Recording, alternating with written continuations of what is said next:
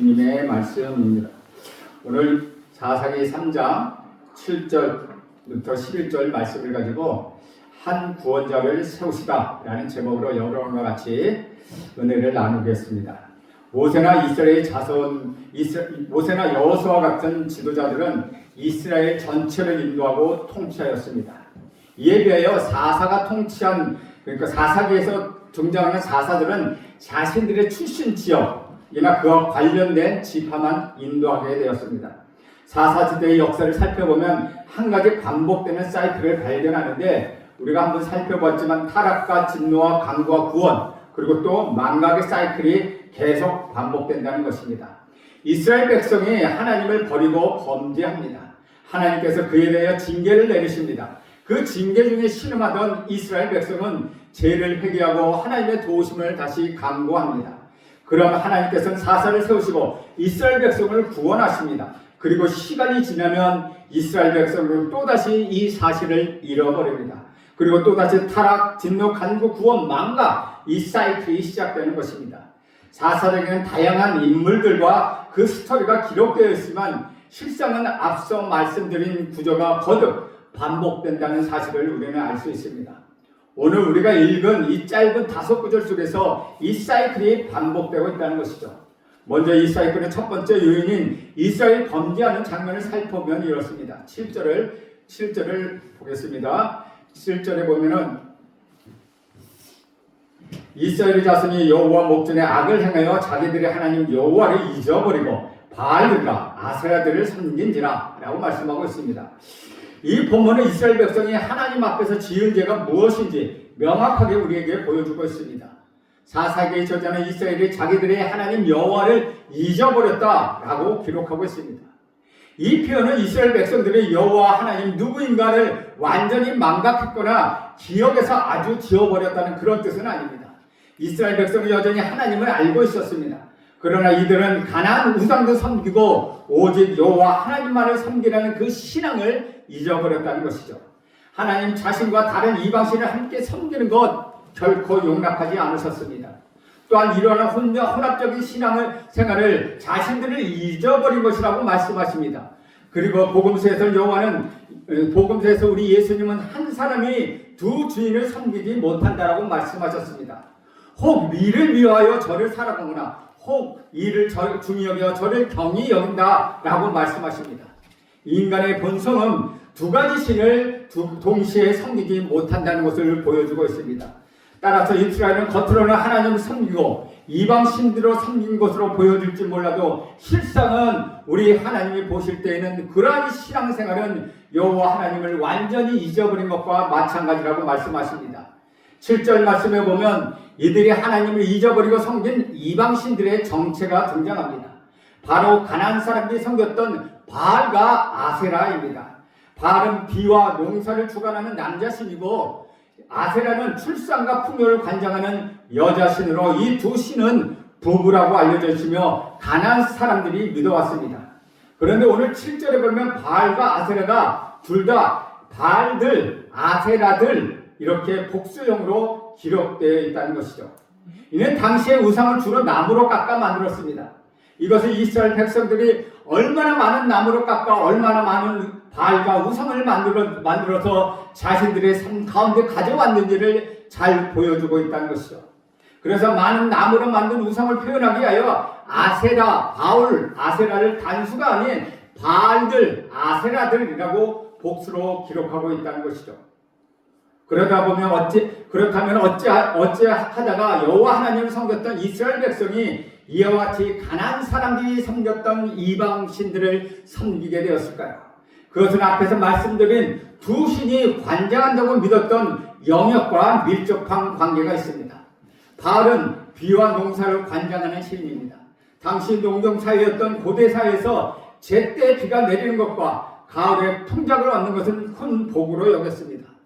이스라엘 사람들은 농사를 지으면서 비가 내리지 않으면 참으로 불안했고 혹시 한 해의 농사를 마치지 않을까 염려하고 있다는 것이죠. 이러한 불안과 두려움을 달래기 위하여 그들은 가나안 사람들의 풍습에 따라서 나무로 깎아 만든 바알 우상을 집안에 들여놓았다는 것입니다. 또한 고대 사회에서는 자녀를 많이 낳는 것 역시 복으로 여겼습니다. 여인이 자녀를 낳지 못하는 것은 신의 저주요 신께 버림을 받은 여자라고 여겨졌다는 것이죠. 우리는 이러한 사실을 창세기에서 야곱의 두 아내가 경쟁하듯이 자식을 낳은 장면을 통해서 잘 알 수 있습니다. 이러한 배경 속에서 이스라엘 백성들은 출산과 풍요를 장려하는 아세라 우상을 집안으로 들여놓았다는 것이죠. 결국 이스라엘 백성이 여호와 하나님을 잊어버리고 바알과 아세라라는 가나안 족속이 섬겼던 이방신을 섬기게 된 이유는 무엇입니까? 바로 삶의 연려와 두려움과 욕심 때문이었다는 것이죠. 농사를 망칠까, 비가 내리지 않을까 하는 염려와 두려움, 그리고 좀 더 잘 살고 좀 더 풍요로운 삶을 살고 싶어하는 욕심 때문이었습니다. 하나님께서는 이스라엘 백성들의 이른 비와 늦은 비를 내려주시겠다고 약속하셨습니다. 그리고 이스라엘 백성이 밤하늘의 별과 같이 또한 해변의 모래알과 같이 그 수를 헤아릴 수 없을 만큼 크게 번성할 것이라고 약속하셨습니다. 하나님은 이스라엘 백성이 염려하고 두려워하는 부분을 책임지시겠다고 분명하게 약속한 것이고 그들이 원하는 풍요로운 삶도 주시겠다고 약속하신 것입니다. 그럼에도 불구하고 이스라엘 백성은 여호와 하나님이 약속의 말씀을 믿지 못하고 결국 자신들이 스스로 살 방법을 찾겠다는 마음으로 이방신을 섬겼던 것이죠.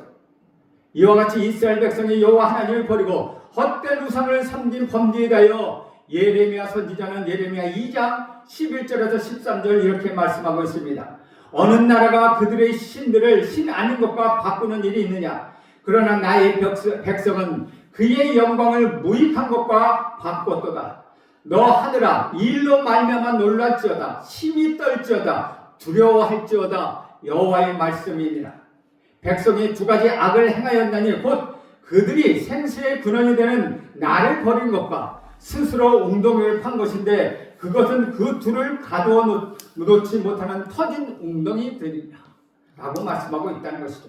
이스라엘이 생수의 근원 대신 우리 주님 우리 하나님을 버리고 스스로 마실 물을 찾겠다고 아무런 물도 저축할 수 없는 쓸모없는 터져버린 웅덩이와 같은 이방신을 섬겼다는 것이죠. 이것이 바로 이스라엘이 저질렀던 죄악이라는 것입니다. 성경에는 이스라엘이 하나님 버리고 이방신을 섬기는 모습을 마치 결혼한 여자가 다른 남자와 간음한 것으로 비유하여 설명하고 있다는 것이죠.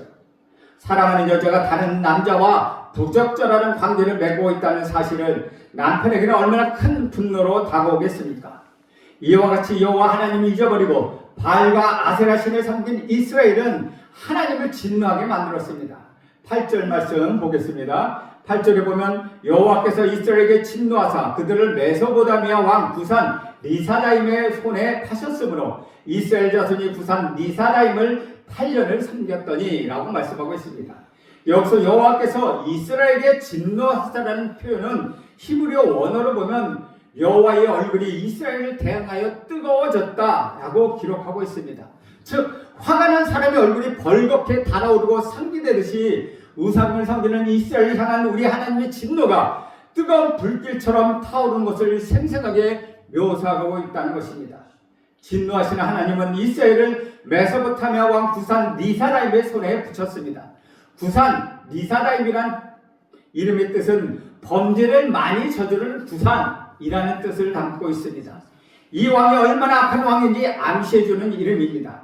따라서 오늘 본문은 성품이 거칠고 폭력적인 왕, 사람을 독립치고는 왕, 그 구산에게 점령당한 이스라엘 백성이 얼마나 큰 고통을 당했는지 우리는 짐작하고도 남는다는 것이죠. 이스라엘이 구산 리사다임을 섬긴 기간이 무려 8년이 되었다고 말합니다. 결코 짧은 기간이 아니라는 것이죠. 우리는 이따금 뉴스를 통하여 한국 군대에서 일어나는 총기 사건을 가끔 보게 됩니다. 대부분 그 기사를 보거나 읽어보거나 들어보면 계급이 낮은 병사가 자기를 괴롭히고 못살게 굴던 선임병의 욕설이나 인간적인 모독이나 후탄을 참지 못하고 총으로 상대방을 쏴 죽인 이야기입니다. 요즘에는 군대 생활이 2년도 채 되지 않습니다. 그 기간만 지나면 전역하고 사회로 복귀합니다. 날 괴롭혔던 선임병은 두 번 다시 볼 일이 없으니 눈 딱 감고 18개월만 참으면 됩니다. 그런대로 괴로움을 당한 병사는 극도의 스트레스를 참지 못하고 결국은 극단적인 선택을 하여서 총기를 난사한 것입니다. 그런데 하물며 8년이라 긴 세월 동안 범죄를 많이 저지른 곳으로 정탐나 있는 악한 왕 구산 밑에서 지내야 했던 이스라엘 백성의 고통과 정신적, 육체적 스트레스가 얼마나 많았겠습니까? 이스라엘 백성들이 이처럼 힘들고 괴로운 나날을 보내야 했던 이유는 무엇입니까? 바로 이스라엘이 범죄하였기 때문입니다. 여호와 하나님을 버리고 바알과 아세라를 섬겼던 죄 때문이라는 것이죠. 7절 말씀의 단어에 보면 섬긴지라 라고 말씀하고 있습니다. 8절의 마지막 단어도 섬겼더니 라고 말하고 있습니다. 이 둘이 같은 단어입니다.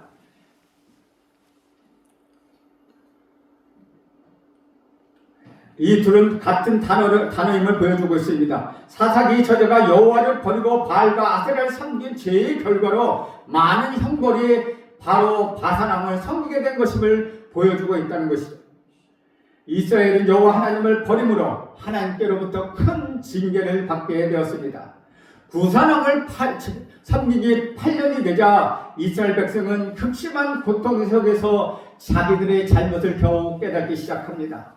그들은 극한 괴로움과 압제 속에서 하나님께 살려달라고 부르짖기 시작합니다. 9절 말씀입니다. 이스라엘 자손이 여호와께 부르짖음에 여호와께서 그들을 위하여 한 구원자를 세워 구원하게 하시니 그는 곧 갈렙의 아우 그나스의 아들 운니엘이라.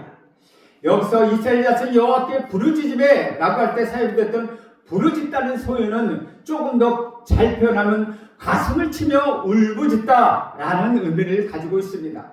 구산왕의 폭정에 너무 힘들고 너무 지쳐 견딜 수 없었던 이스라엘 백성이 이대로는 더 이상 살 수 없다고 하나님께 두 손 싹싹 끌고 하나님 앞에 가슴을 치며 하나님 제발 이번 좀 살려주십시오. 하나님 다시 한번 우리 좀 살려주십시오 라고 간절하게 구하고 울부짖고 있다는 것이죠.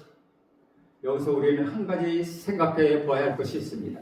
만일 하나님께서 바알과 아세라 우상을 섬기고 있던 이스라엘 백성을 악한 구산왕에게 넘기지 않으셨다면 이스라엘 백성이 이와 같이 자신들의 죄를 회개했을까요?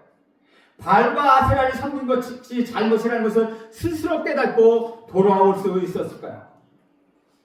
결코 그렇지 않다는 것입니다. 죄를 범한 이스라엘에 대한 하나님의 징계가 없었다면 저들은 하나님으로부터 더 멀리 도망치고 더 멀리 더 많이 자신의 욕심을 채워줄 또 다른 우상들을 찾아 떠났을 것입니다. 결국은 하나님의 징계가 이스라엘을 회개하게 만들었고 다시 한번 하나님 우리 주님 앞에 나오도록 그들의 마음을 낮추어 주신 것입니다. 이것이 바로 하나님의 징계가 가진 역할이라는 것이죠. 나쁜 길로 가려고 하는 자녀에게 회차를 드는 우리 부모들의 마음처럼 하나님이 이스라엘 백성들이 죄악된 길로 가지 않도록 징계하셨다는 것이죠. 우리 그리스도인들의 삶에도 하나님의 징계가 있습니다. 저와 여러분이 하나님을 잊어버리고 세상의 유혹을 따라가면 우리 영혼의 아버지가 되는 하나님께서 회초리를 드십니다. 때로는 사람을 통하여 저와 여러분의 괴로움을 괴롭게 하시고 때로는 괴로운 생활을 우리들 삶에 허락하셔서 저와 여러분의 마음을 낮추고 교만을 낮추시게 하셔서 다시 한번 하나님께 돌아와 죄를 회개하게 하십니다. 징계를 당할 때는 너무 마음이 힘들고 마음이 무겁습니다. 하지만 돌아보면 그 징계야말로 나를 향하신 우리 하나님 아버지 사랑의 징표임을 깨닫게 됩니다. 마치 어린 시절에 부모의 회초리가 싫었지만 크고 나서 그 회초리가 나를 올바른 길로 인도했음을 깨닫는 것과 같은 이치라는 것이죠. 그를 통하여 성인이 된 자녀는 자신을 향한 부모의 사랑을 깨닫게 된다는 것입니다. 하나님의 징계는 그를 사랑하시는 백성을 위한 사랑에 매였다는 것이죠. 따라서 우리 하나님으로부터 징계받은 자가 오히려 복된 자입니다. 이스라엘 백성은 하나님의 징계 속에 죄를 뉘우치고 회개하였습니다. 이들은 고통 가운데서 여호와 하나님께 눈물을 흘리며 살려달라 도와달라고 부르짖고 있습니다. 성경의 이야기가 감동적인 이유는 이런 죄인들의 울부짖음에 응답하시는 우리 하나님이 계시기 때문입니다. 하나님은 한때 자신을 잃어버리고 우상을 섬긴 이스라엘 백성의 부르짖음을 외면하지 않으셨습니다. 주님은 오히려 이스라엘 백성의 불쌍히 여기시고 그들을 구원하시기 위하여 한 구원자를 세워주셨습니다. 하나님은 이스라엘 백성이 지난 8년 동안 회개하고 돌아오기만을 기다리고 계셨습니다. 그리고 이들의 부르짖음을 듣자 곧 구원자 한 사람을 일으켜 세우신 것입니다. 마치 신약성경에서 가족을 버리고 아버지 유산을 미리 받아 외지로 떠나 가산을 다 탕진하고 돌아온 탕자가 자신의 죄를 뉘우치고 다시 아버지 집으로 돌아왔을 때 그의 아버지가 그를 보고 친근히 여겨 달려가 목을 안고 입을 맞춘 것과 같이 우리 주님은 주의 백성이 회개하고 돌이키기만 하면 즉시 그들의 삶을 끌어안고 또다시 회복의 길을 열어주시는 것입니다. 이것이 우리 그리스도인들이 하나님께 늘 감사하며 찬양하는 하나님 아버지 헤셋, 하나님 아버지의 은혜입니다. 겉으로 보면 운니엘이라는 사람이 얼마나 사악한 구산왕의 손에서 이스라엘을 구원하는 것처럼 보입니다. 그러나 9절 말씀에 보면 이는 모든 역사는 이스라엘을 구원하시겠다는 하나님의 계획 속에 이루어진 것입니다. 이스라엘을 구원하시는 분, 그분은 바로 우리 하나님이십니다. 이와 같은 우리 역사 속에서 한 사람의 사역을 통하여 큰 복과 은혜를 누린다 할지라도 결국 그 사람을 세우시는 분은 우리 하나님이야말로 주의 백성들이 받는 복과 은혜를 주시는 우리의 아버지이십니다. 즉 이스라엘을 구산 리사라임 앞에서 구원해 주시는 분은 운예를 사서로 세우신 우리 하나님 아버지이시라는 것입니다. 사랑하는 여러분, 오늘 본문을 통하여 우리가 또 한 가지 배우는 것은 하나님은 일하실 때 언제나 사람을 통하여 그 일을 이루어 가신다는 것입니다. 하나님께서 다 아셔서 하실 테니까 나는 아무것도 할 필요가 없어 라고 생각하고 나태한 삶을 살아서는 안 된다는 것을 우리에게 보여주고 있다는 것이죠. 하나님은 늘 사람을 통하여 주님의 선한 계획을 역사 속에서 이루어 가십니다. 저는 여러분의 삶에 하나님이 진노하게 하는 범죄의 도구가 아니라 하나님의 백성을 구원하고 하나님의 백성을 다시 일으키는 회복의 도구로 쓰임받기를 간절히 원합니다. 하나님은 주를 향하여 부르짖는 주의 백성을 외면하지 않으십니다. 죄를 지은 백성이라 할지라도 언제든지 그 죄를 회개하고 주님께 돌아오기만 한다면 우리 하나님 아버지께서는 그 죄를 용서하시고 징계를 끝내십니다. 그리고 큰 고통으로부터 저와 여러분을 구원해 주시는 것입니다. 11절 말씀을 보면 이렇게 기록합니다. 그 땅이 평안한 지 40년에 그나스의 아들 운엘이 죽었더라. 그 땅이 태평한 지 40년이 지속되었다고 얘기합니다. 죄를 지어 고통받는 것은 8년에 비하면 40년은 무려 5배나 더 긴 기간이라는 것이죠. 다윗은 그의 시편 30편 5절에 이렇게 말씀하고 있습니다. 그의 노염은 잠깐이요 그의 은총은 평생이로다. 저녁에는 울음이 깃들지라도 아침에는 기쁨이 오리로다.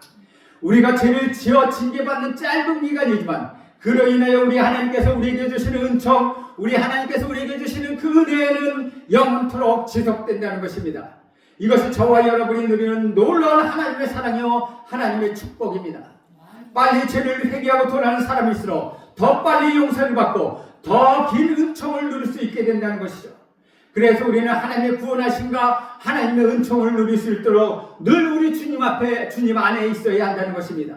이스라엘 백성은 40년이라는 긴 세월 동안 태평을 누렸습니다. 그 기간 동안 하나님께서 복을 주셔서 외적의 침략도 없었고 압제도 없었다는 것입니다. 농사는 잘 되었고 하나님 풍성하게 지낼 수 있었다는 것이죠. 이것은 우상을 버리고 죄를 회개하고 우리 하나님께 돌아온 이스라엘 백성에게 주시는 우리 하나님의 놀라운 축복이라는 것입니다. 그런데 이야기가 이렇게 끝났으면 얼마나 좋겠습니까? 그러나 이스라엘 백성은 기억이 나빴을까요? 이들은 지난밤 범죄하여 받은 하나님의 징계를 잊어버리고 또다시 죄를 범하게 합니다. 그 다음에 나오는 12절 상반절에 보면 이스라엘 자손이 또 여호와의 목전에 악을 행하니라. 이스라엘 자손이 여호와의 목전에 악을 행함으로 라고 기록하고 있다는 것이죠. 이것이 바로 사사기의 사이클입니다. 사사기의 주제이기도 하다는 것이죠. 죄를 지은다는 하나님의 징계를 받았습니다. 울부짖고 회개하고 돌아와 하나님께서 구원하십니다. 그러나 그들은 또다시 죄를 지으며 다시 하나님의 징계를 받게 된다는 것입니다. 사랑하는 여러분, 저는 사사기 읽다 보면 참으로 우라통이 터집니다. 이 사람들은 어쩌면 이렇게 하나님의 은혜를 자주 잊어버리는 것일까? 그렇게 하나님이 징계로 심한 고생을 하고서도 왜 어떻게 또 다시 죄를 지을 수 있다는 말인가?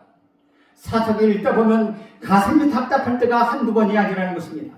그러나 또다시 사사기를 읽고 곰곰이 묵상해 보면 이 이야기가 바로 저와 여러분들의 이야기라는 것입니다. 주 안에서 사랑하는 여러분 어떻습니까? 혹 사사기 반복되는 사이클이 여러분의 이야기는 아닙니까?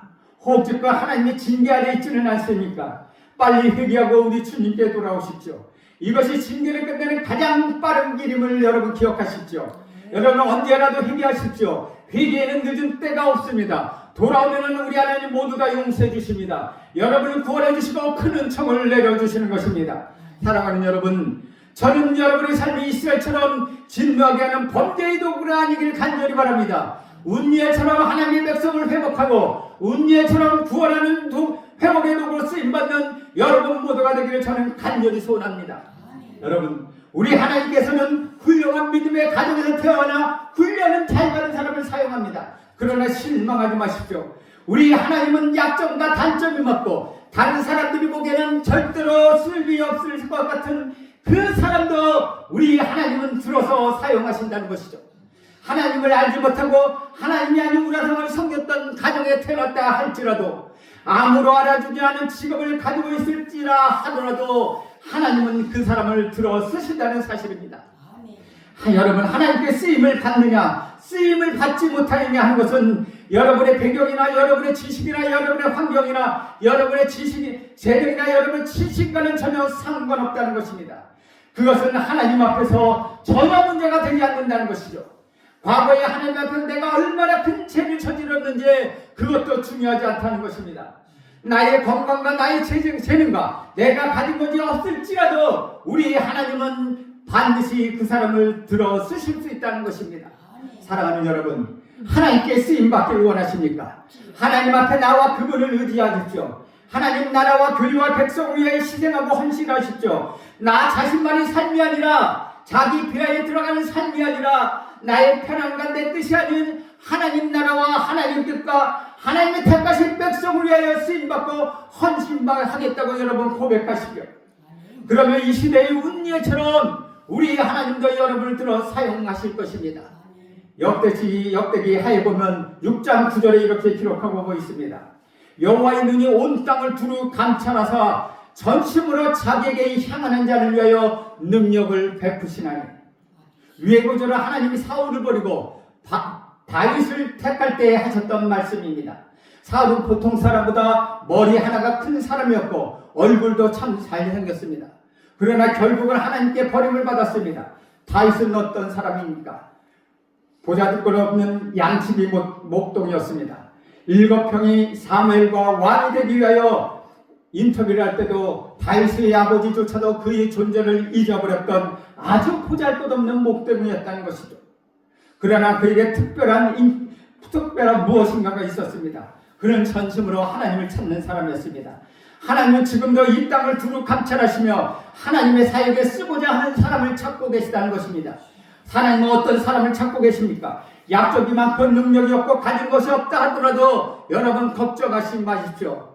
마음이 오로지 하나님만 바라는 사람, 살아계신 하나님을 갈급해하는 사람, 하나님 말씀에 온전히 순종하는 믿음으로 살아오고자 하는 그 사람, 이 땅에 더 나은 조건에 연연하지 않고 하나님 나라를 위하여 더 많이 희생하는 것으로 기뻐하는 사람, 그 사람이 바로 하나님이 찾고 계시는 사람이라는 것이요. 이런 사람을 통하여 우리 하나님은 하나님의 역사를 이루어 가십니다. 사랑하는 여러분 모두가 사사가 될 수 있다는 것입니다. 이 시대는 정말로 사사가 필요합니다. 여러분의 가정에도 사사가 필요합니다. 여러분의 직장에도 사사가 필요합니다. 우리 교회도 사사가 필요하고 우리 사회에도 필요하고 이 대한민국에도 진정으로 사사가 필요하다는 것이죠. 이것은 이스라엘 아닌 여러분을 향하시는 하나님의 말씀입니다. 하나님은 오늘도 운예를 찾으십니다. 여러분 모두가 하나님의 쓰임받는 사사가 되기를 저는 간절히 축원합니다. 그리하여 이 나라 이 대한민국을 위하여 기도하며 이 교회를 위하여 기도하며 여러분의 가정과 여러분의 자녀를 위하여 기도하며 그리하여 여러분의 자녀가 쓰임받고 이 나라에 이 세상에 쓰임받는 하나님의 백성으로 살아가기를 저는 간절히 축원드립니다. 기도하겠습니다. 하나님 아버지, 이스라엘은 하나님의 선민이면서도 하나님 목전에 우상을 섬기는 악한 일을 자행하였습니다. 그리고 그로 인해 징계를 받으면서도 무려 8년 동안이나 회개하지 않은 완악한 자들이었습니다. 그런데 그들이 회개자 그들을 다시 도우시는 우리 하나님의 사랑을 돌아보면서 우리 믿음을 돌아보게 하옵소서. 예수님의 제자로서 삶을 살게 하옵소서. 우리들이 결코 이스라엘 시험을 반복하지 않도록 성령 충만하게 하옵소서. 예수님의 이름으로 기도합니다. 아멘.